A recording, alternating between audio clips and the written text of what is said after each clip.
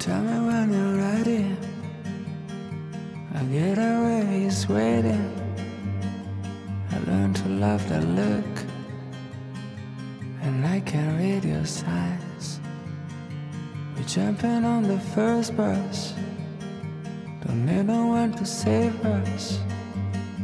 We're pulling up the curtain that covers this blue sky.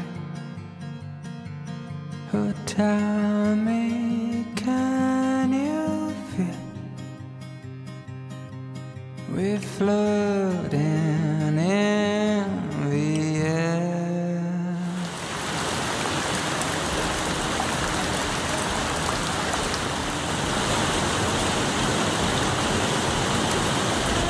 As I lit up the sky with flames, and the dust that a fan can hold us, just a sparkling rays in the ocean waves. We feel them on our heels yet, but they will never get us. We're running fast as lightning. They want to turn back time. There is so much peace here. We're floating through the atmosphere. We light up than a feather, soaring into space. 'Cause I know that C'est dans la cuisine que nous nous retrouvons pour ce début du mois de septembre. Bonjour à tous, je suis très heureuse de vous retrouver. Alors dans la cuisine, puisque je suis occupée à faire de la gelée de pommes. Cette année est une année assez exceptionnelle pour les pommes et les poires. Nous ne traitons jamais et nous avons habituellement des fruits qui sont extrêmement véreux et que nous pouvons à peine utiliser. Et cette année, alors nous pensons que cela vient de la chaleur qui a été exceptionnelle, eh bien il n'y a quasiment aucun verre et nous avons une belle récolte. Il est donc temps de la transformer. Alors j'ai décidé de mettre une partie de la récolte en gelée parce que nous aimons beaucoup ça et d'en faire trois différentes.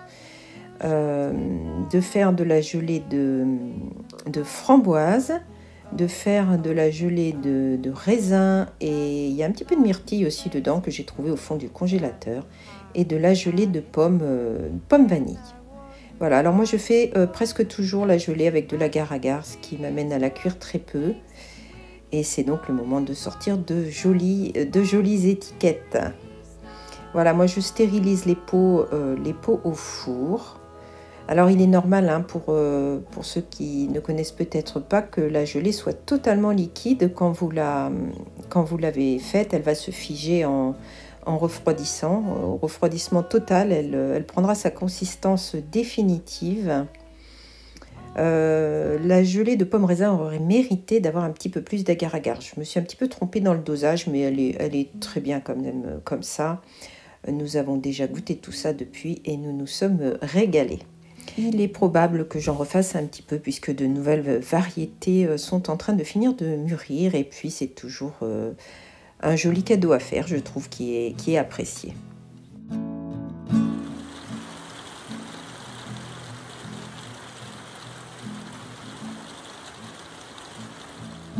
Chin up by tomorrow's a new year, little darling.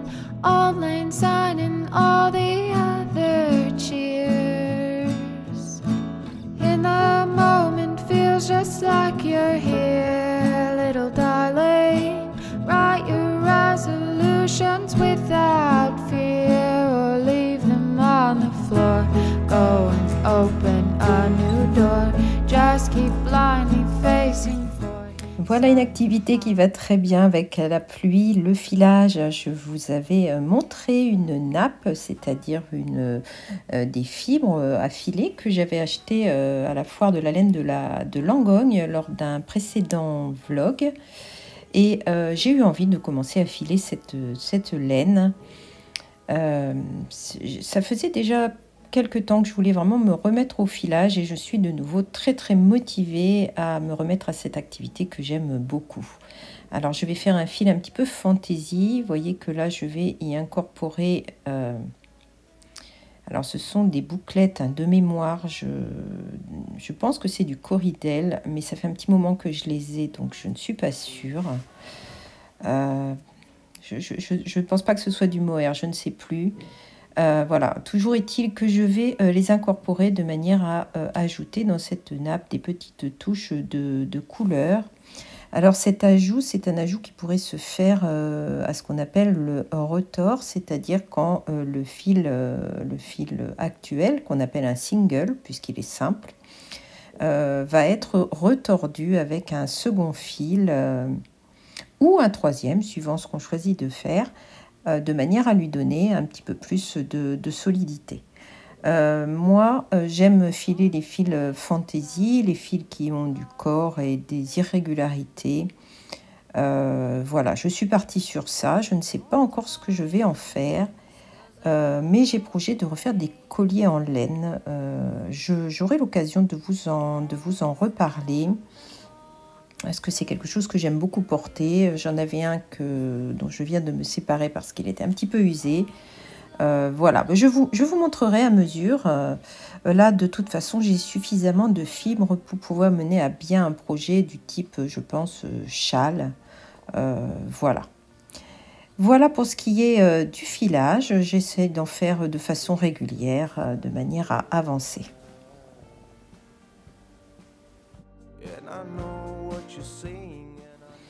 Après les pluies, les températures ont chuté de façon assez drastique et me voilà emmitouflée comme un oignon pour aller faire la promenade matinale. Alors comme souvent, et je vous l'ai déjà dit, Chanel nous accompagne. Elle nous accompagne parfois sur plusieurs kilomètres. Voilà, la forêt prend petit à petit un aspect très automnal. Les couleurs commencent à changer, alors elles avaient beaucoup changé avec la sécheresse déjà. J'ai fait tout joli quelques petits pots, alors soit pour offrir, soit pour laisser dans la cuisine, de manière à ce que ce soit tout joli. Je ne fais pas ça sur tous les pots, hein.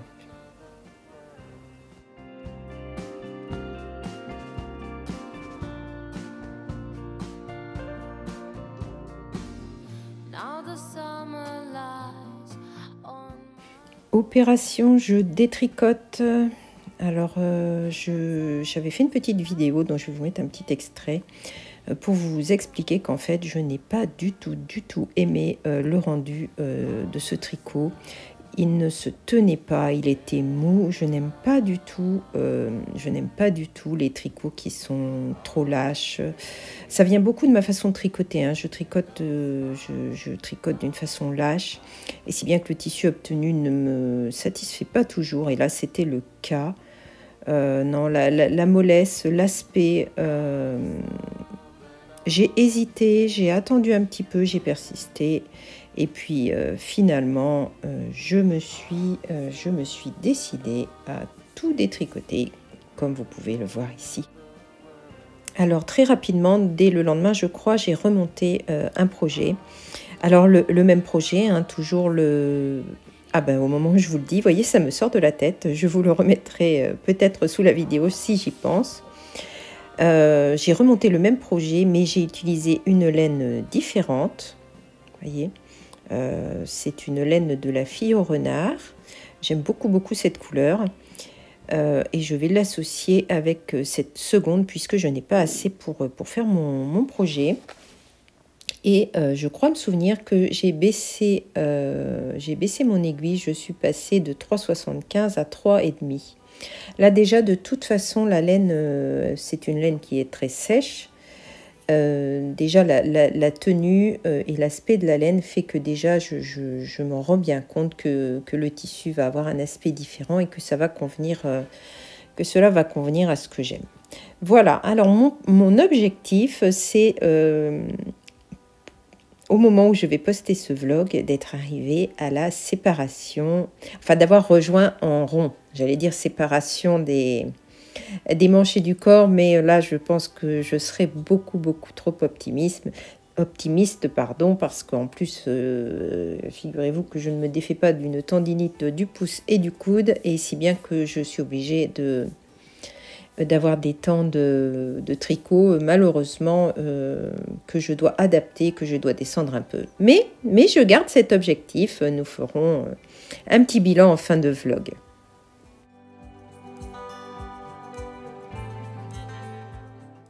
Du coup, je n'attends pas, je vous montre quelques jours après le résultat de mon tricot. Alors, je pense que vous allez pouvoir vous en rendre compte à l'image, mais on voit immédiatement que le tissu se tient beaucoup mieux. Alors, bien sûr, il s'agit de ce qu'on appelle une laine rustique, donc vous avez quand même une fibre qui accroche. Mais je suis très très satisfaite du résultat. Je vous remontre la laine. Alors, bien entendu, et j'ai vérifié une nouvelle fois, je n'aurai pas de quoi faire l'entièreté du projet. Mais comme je vous l'ai dit, je vais l'associer avec la seconde, qui est aussi une laine de Léa, la fille au renard. Et je vais faire un jeu de rayures. Alors, je commence seulement à y réfléchir. Je ne sais pas encore exactement comment. Mais j'ai hâte d'arriver aux rayures parce que c'est vraiment quelque chose qui va rythmer le tricot et qui va me donner l'impression d'avancer beaucoup plus vite. Bon, déjà, c'est un modèle à manches courtes, donc ça va avancer beaucoup plus vite. Mais j'ai hâte. L'objectif continue, bien entendu. En ce moment, je lis beaucoup, je vous l'ai dit, j'ai fini ce livre-ci que je vous montre. J'ai beaucoup apprécié cette lecture. Alors, ce n'est pas de la grande littérature, mais c'est un très bon livre. Ça se passe pendant le Blitz. J'ai trouvé que c'était bien raconté, bien documenté. Un bon roman, un très bon roman. Moi, je l'ai trouvé très très bien. Un bon moment de divertissement. Et puis, il est question de livres dedans, donc une lecture très appréciée. Et bien entendu, tout cela en très bonne compagnie.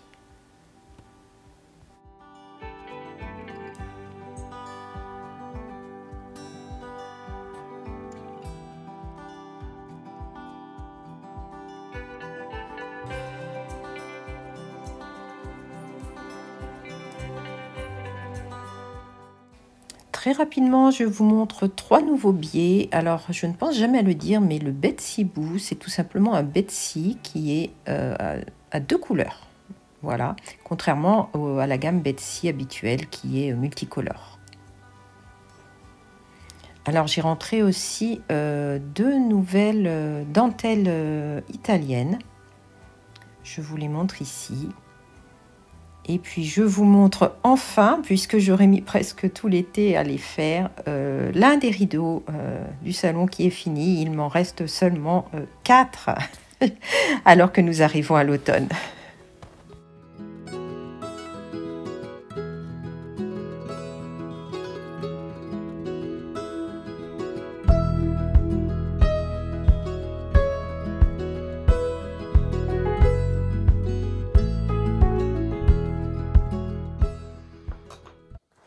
Je suis ravie de vous retrouver quelques instants dans l'atelier. J'allais me mettre à travailler, puis je me suis dit que c'était le moment de vous faire un petit coucou. Et je souhaitais aussi aborder un sujet dont j'avais envie de vous parler depuis déjà un petit moment. Ce qui a été l'élément déclencheur, c'est que j'ai écouté le podcast de Léa, la fille au renard, qui en a parlé. Elle a parlé des frais d'envoi et c'est tout à fait juste ce qu'elle a dit. Et du coup, je me suis dit que comme je voulais moi aussi vous en parler depuis un petit moment, bien écoutez, c'était l'occasion. Voilà, j'aurais voulu vous prendre ailleurs pour changer un petit peu dans l'atelier, mais figurez-vous que j'ai des choses un petit peu partout pour la box. Donc je fais très très attention à la manière dont je positionne ma caméra. On ne sait jamais. Vous ne manqueriez pas de voir les petites choses à droite à gauche et ça serait dommage. Alors, je voulais vous parler des frais de port. Alors, qu'est-ce qu'il en est des frais de port? Comment est-ce qu'ils sont calculés? Alors, bien entendu, vous n'avez pas manqué de voir que les frais de port sont élevés. Ceux de la Poste augmentent tous les ans, au 1er janvier. Vous payez pour la distribution en boîte aux lettres. Il faut le savoir, sur un Colissimo. Sur un Colissimo distribution en boîte aux lettres, c'est 70 centimes de plus. Sinon, vous allez le chercher à la Poste. Je ne sais pas si vous avez déjà fait attention à ça, mais c'est le cas. Donc pour que ça soit remis dans votre boîte aux lettres, je suis obligée de sélectionner 70 centimes supplémentaires. Voilà, pour ce qui est de Mondial Relais, ils ont augmenté là au 1er août. Il y a eu une modification de leur tarif. Alors, comment sont calculés les frais d'envoi? Alors j'ai la même plateforme que Léa. Les frais d'envoi sont calculés sur le poids des articles. À chaque fois que vous rentrez un article, par exemple je vois un coupon de tissu, là, vous pesez le coupon de tissu. Quand il y a un emballage autour, vous pesez l'ensemble, hein, voilà, et vous rentrez le poids de chaque article. Sur la plateforme que j'utilise, quelquefois il peut y avoir la méthode peut être quelquefois sujette à quelques erreurs. Il y a un système de virgule qui n'est pas toujours très simple. Si jamais vous vous dépêchez et que vous faites une erreur, c'est assez lourd de conséquences. D'ailleurs, il y en a eu une récemment de ma part. Hein. Ce n'était pas le fait de l'hébergeur. Je me rends compte très vite. À chaque fois que je traite une commande et que je vois que manifestement les frais d'envoi, il y a un problème, je regarde pourquoi. Après de longues recherches, aidée par Heidi d'ailleurs, parce que c'est très long de faire une recherche sur tous les articles, elle a mis le doigt sur l'article qui posait problème et qui faisait qu'il y avait une anormalité dans les frais de port. Alors à chaque fois qu'il y a une erreur, que je vois qu'il y a une erreur, que vous payez un petit peu plus cher et que finalement ça va vous coûter moins cher, je rembourse toujours la différence. Pareil, quand je vois que le tarif mondial relais que vous avez payé permet un envoi en Colissimo, je vais vous envoyer en Colissimo, de manière à ce que vous n'ayez pas à aller chercher votre commande à un relais. C'est très rare, il faut vraiment que je sois très débordée, je crois que c'est arrivé récemment, pour que je ne le fasse pas quand le tarif le permet, mais en général, quand je traite une commande, je m'en aperçois et je le fais de manière à ce que ça soit le mieux possible pour vous. Qu'est-ce qu'il en est de la lettre verte? Alors, le logiciel ne permet pas de calculer le tarif lettre verte par rapport au poids des articles. Alors, je pourrais mentionner tarif lettre verte en comptant, entre guillemets, sur la discipline, c'est pas le mot, mais sur le fait que ceux qui achètent fassent attention. J'ai déjà tenté l'expérience et ça n'a pas du tout été concluant. Pourquoi? Parce que vous avez beau mentionner à côté tarif lettre verte, par exemple, lettre verte, pardon, jusqu'à 2 articles.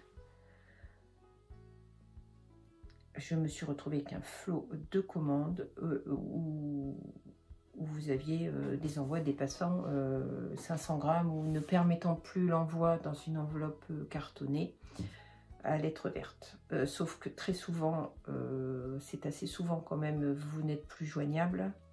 S'il y a une erreur dans le mail, vous n'êtes plus joignable. Dans les cas urgents, j'utilise un SMS, mais je n'aime pas ça, c'est intrusif pour vous, c'est pas, voilà. Mais d'une façon générale, d'abord c'est gênant, hein, c'est gênant, il faut dire les choses. Et puis c'est très souvent que je n'arrive plus. Alors là, je vais faire comme Léa, je vais dire, ah, une antenne pour capter je ne sais pas quoi. Bon. Elle me fait beaucoup rire, Léa, avec ses cheveux et puis tous ces... Voilà, bon, c'est mieux. C'est pas la question. Qu'est-ce que je disais? Je disais que donc je n'ai pas pu laisser lettre verte. Alors, ce que je fais, quand je vois que manifestement votre envoi peut partir en lettre verte suivie, ce qui est donc un petit peu plus cher, parce que sans suivi, c'est compliqué après de pouvoir, s'il y a une réclamation, c'est pas possible. Donc c'est un envoi en lettre verte. Je vous le propose. Je vous demande votre avis, hein, parce que vous pourriez souhaiter recevoir en Colissimo quand même, et je vous le propose. Voilà. voilà comment je procède. Pour l'instant, je n'ai pas l'hébergeur, mais de faire le calcul directement et, entre guillemets, de bloquer, même si c'est pas le mot, de bloquer une commande qui ne permettrait plus l'envoi en lettres vertes. Voilà, voilà comment ça fonctionne. Alors, qu'est-ce qu'il y a dans les frais de port?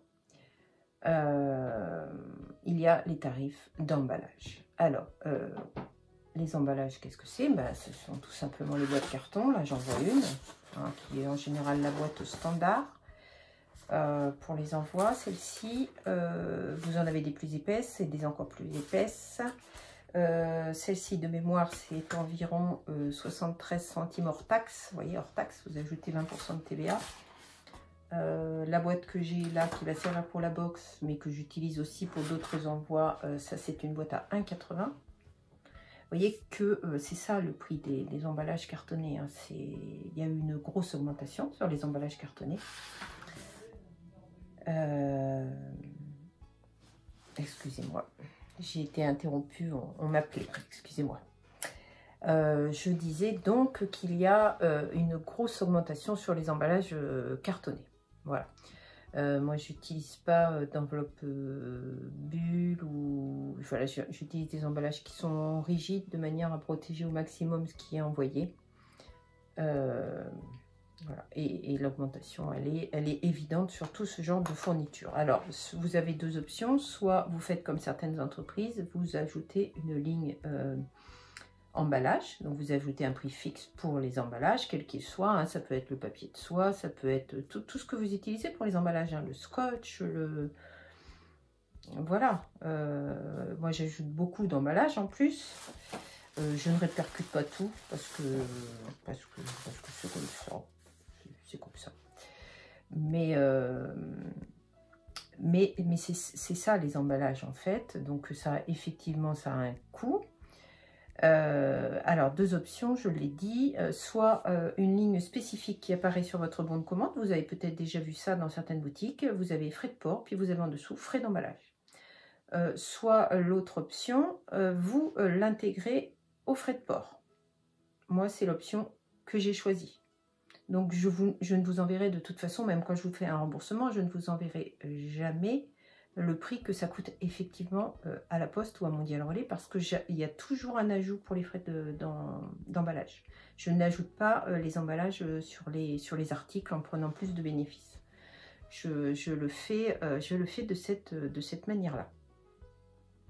Il y a différentes façons de faire. Alors, vous avez des entreprises, il y a de tout hein, dans les frais d'envoi. J'ai regardé, j'ai jeté un œil. Moi-même, quelquefois, je suis surprise. Je suis surprise aussi par les frais de port. Hein. Vous avez de tout, comme je le dis. Vous avez des entreprises qui font beaucoup de volume. On en revient toujours à la même chose. Quand vous faites beaucoup de volume, beaucoup de bénéfices, je suppose que vous pouvez proposer ou faire une réduction. Et quelquefois, il y a des frais de port qui sont proposés en colis-Sicmo et qui ne sont pas élevés. Et qui ne sont pas spécialement élevés parce que l'entreprise, sur son volume, permet de descendre les frais de port et c'est quelque chose qu'il propose. C'est pas toujours le cas. J'ai déjà aussi acheté dans des structures, dans des entreprises, des choses qui ne sont pas élevées du tout au niveau poids et qui vous coûtent 9 € et quelques d'envoi. Bon, j'achète quand même, comme beaucoup, j'achète quand même quand j'en ai besoin ou quand j'ai envie de quelque chose. Mais c'est pour vous dire qu'il y a beaucoup de choses différentes dans les frais de port et beaucoup de pratiques différentes. On en revient toujours au volume. Plus vous êtes une grosse structure normalement et plus vous avez possibilité d'offrir des réductions sur les frais d'envoi, voire d'offrir la gratuité. Moi, je pourrais offrir la gratuité. C'est quelque chose à laquelle j'avais réfléchi fut un temps au-delà d'un certain montant, mais jusqu'à maintenant, j'ai choisi... même si je l'avais fait, fut un temps, j'ai choisi de vous offrir plutôt un cadeau. Voilà, d'offrir un joli cadeau sur une commande. Il me semble que ça fait plus plaisir que de recevoir quelque chose, que de recevoir des frais de port gratuits. Je sais pas, hein, peut-être que je me trompe. Moi, c'est l'option que j'ai prises pour le moment. Voilà. Donc c'était pour vous expliquer un petit peu comment tout ça fonctionnait, pour vous dire que c'était pas simple du tout à gérer et que je pense que nous, les petites structures, on essaye toutes et tous de faire le mieux possible avec des frais de port et des frais d'emballage qui ne cessent d'augmenter. Voilà. Donc quand c'est possible, j'essaie de faire au mieux. Alors quelquefois c'est pas possible, quelquefois je ne le fais pas, ça passe à la trappe, mais d'une façon générale, j'essaie de le faire. Voilà. J'avais envie d'en parler depuis déjà un petit moment. Écoutez, c'était l'occasion de le faire. Je suis Léa, que je remercie et que je salue, a été l'élément déclencheur pour que je me décide, je prenne enfin plutôt le temps de le faire, puisque j'étais décidée déjà depuis un petit moment à le faire. Voilà. Écoutez, je vais vous laisser continuer ce vlog. Alors, c'est l'occasion de vous dire merci, merci, merci, merci. Merci pour vos commentaires, merci merci. Voilà. J'ai toujours beaucoup de retours sur les vidéos, j'en suis vraiment très touchée, très heureuse. Je voulais vraiment, oui, vous dire merci. Alors j'essaie de répondre à chaque fois, je pense n'oublier personne, à moins qu'il y ait un bug de YouTube, ce qui quelquefois malheureusement m'est arrivé. Hein. Vous voyez un commentaire, et je ne suis pas le seul à le mentionner. Vous le lisez, vous ne prenez pas le temps de répondre, vous voulez ensuite revenir dessus pour répondre, et puis le commentaire, le commentaire est littéralement disparu. Pourquoi, comment, on ne sait pas. Il y a des choses comme ça, un petit peu curieuses sur YouTube, mais voilà. D'une manière générale, j'essaye de répondre à tout le monde. Alors, pas forcément dans l'immédiat, alors que je devrais le faire, parce que après, c'est extrêmement chronophage, et ça peut... mais j'essaie de répondre à tout le monde parce que vous avez pris la peine de me laisser un commentaire, et tant que ça sera possible, je le ferai. Mais sachez que vraiment c'est grandement, grandement, grandement apprécié. Et je voulais vraiment vous dire une autre fois bien encore merci. Hein. Voilà, merci. Allez, je ne parle pas davantage, je vous laisse finir ce vlog, et puis je vais me mettre à travailler parce que comme d'habitude, je suis absolument incapable de travailler en même temps. Voilà. Merci beaucoup.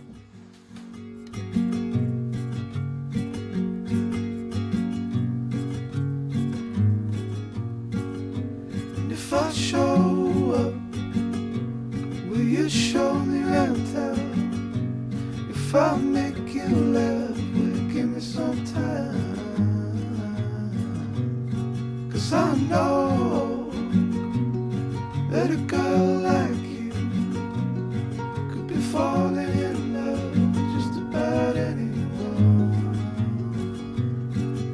All I want is just to know you.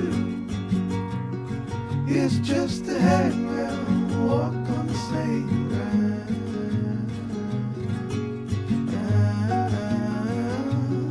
You remind me. Alors, quand on est comme moi, qu'on est gourmand et qu'on a envie d'un petit gâteau sur le pouce pour le goûter, eh bien, on fait un gâteau à la poêle. Vous connaissez peut-être cette manière de faire. Il suffit de cuire quelques fruits à couvert et en parallèle de faire un mélange. Alors, je vais vous mettre grosso modo le mélange en dessous. Il est tout simple et je ne mesure rien. Il suffit d'obtenir la consistance à l'œil d'une pâte à gâteau traditionnelle. Voilà, il vous faut surveiller vos fruits.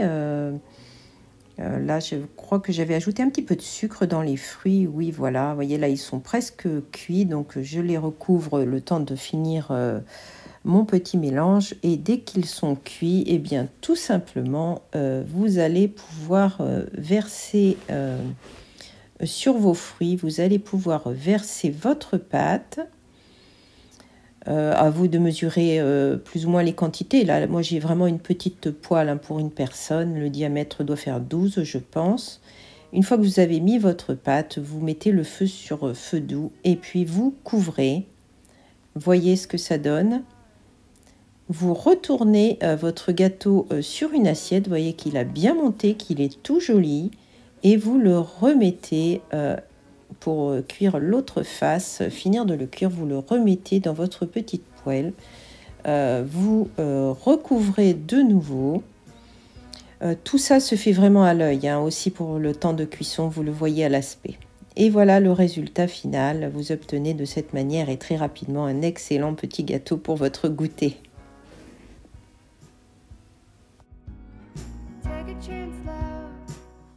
J'avais besoin de finir ma broderie, je vous en avais parlé et je recherchais un verre. Alors j'ai acheté ce kit de DMC. Bah, c'est pas un kit en fait, c'est un ensemble de fils. Alors moi j'ai pris la couleur florale. J'espérais trouver dedans le verre qui me manquait, vous voyez, pour finir les petites feuilles là. En fait ça n'ira pas, donc en fait il me faudrait un magasin à côté où je puisse aller voir ce qui correspond à ma broderie. Donc bon. Après ça ne sera pas perdu du tout, hein, puisque j'ai des projets où je vais utiliser de la broderie, des fils. Voilà, je les range pour l'instant dans cette jolie petite trousse que je viens de recevoir de Heidi. Et il faudrait que je me fasse des sacs à broderie parce que tout est un petit peu comme ça. Il serait temps que je m'organise un peu pour mes broderies. Voilà pour ce qu'il en est des achats de fils. En début de vidéo, je vous ai montré ce projet. Il s'agit de la robe Île de Ré. Alors ce projet est un peu une toile. Je voulais voir comment il tombait, je voulais voir s'il était simple. La forme des manches m'intéressait beaucoup. Vous voyez, je vous montre là le dessin technique. Moi, je souhaitais faire le col simple, voilà. Je vais vous montrer le résultat puisque c'est fait. J'ai réalisé cette robe. Alors les difficultés, il n'y en a pas vraiment à part le col. Alors le col, comme dans beaucoup de patrons que j'ai, le col en V, vous avez beau suivre les explications où ça paraît simple, et bien ça ne tombe jamais bien et c'est totalement imperfectible. Donc si je la refais, je la referai de toute façon sans col V. Voilà, je vous montre le résultat. Vous voyez que cette forme de manche, moi, ça me plaisait beaucoup. Les petits plis comme ça. En fait, c'est extrêmement simple à faire. Je ne sais pas, et adaptable à tout, en fait, tous les modèles de manches que vous avez. Un modèle qui est extrêmement simple à réaliser. Pour moi, il ne descend pas assez. Il y a quelque chose qui ne va pas tout à fait, vous voyez. Faut que je descende les pinces poitrine. Et alors, la gestion du V, là, ça, c'est pas du tout possible. Vous avez beau suivre ce qu'on vous dit. Bien comme dans beaucoup de patrons qui ont un col comme ça, eh bien, ça ne fonctionne pas. Ça fonctionne mal. C'est mal fait. Ça ne me va pas. Alors, est-ce que je valide? Je dirais non, pas tout à fait. Il me faudrait faire des changements. Parce qu'en fait, mon but, comme je vous le dis, c'était entre guillemets un essai, hein, pour voir si ça me plaisait. Parce que mon but, c'est de me faire le même style de robe, mais avec un coupon de Liberty que je garde déjà depuis plusieurs mois. Donc vous comprenez que je n'ai absolument pas envie de me tromper. Donc pour l'instant, je suis dubitative. Je ne suis pas satisfaite par le résultat à 100%.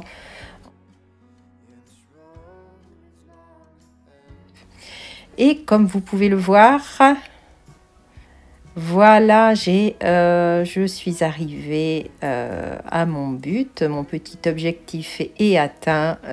Le tricot est réuni en rond. Je suis vraiment très très contente.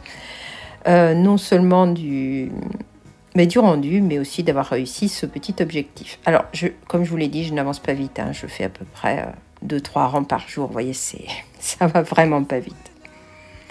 J'ai eu le grand plaisir de recevoir des remerciements pour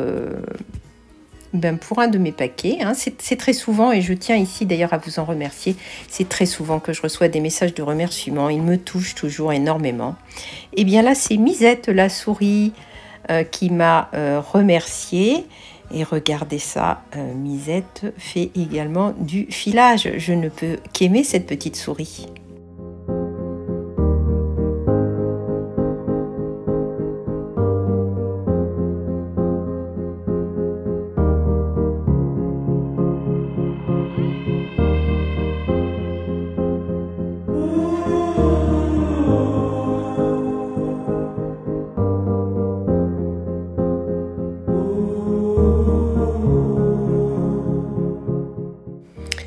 Nous allons nous quitter sur quelques images de fin. Alors, à cause de circonstances personnelles, il n'y aura pas les balades prévues que nous avions planifiées pour le moment. Mais je vous amènerai dans la mesure du possible, toujours avec moi, dans quelques petits moments de promenade. Voilà, alors dans une dizaine de jours sortira, le 15 normalement, la vidéo dédiée aux jolies surprises. Alors vous apercevrez, et j'en ai parlé dans la newsletter, que le thème des jolies surprises a changé, le personnage central a changé. Voilà, mais je pense que vous allez beaucoup aimer. Je vous laisserai découvrir cette vidéo. Le tissu prévu initialement pour l'autre box, je n'ai pas de garantie qu'il arrive. Donc depuis juillet, je travaille sur un second thème. Voilà. Écoutez, je vais vous laisser. Nous nous retrouvons très bientôt pour d'autres moments qui, je l'espère, vous plairont. Et pour l'avancée de quelques projets également. Je vous dis donc à très bientôt et je vous remercie encore pour votre présence ici.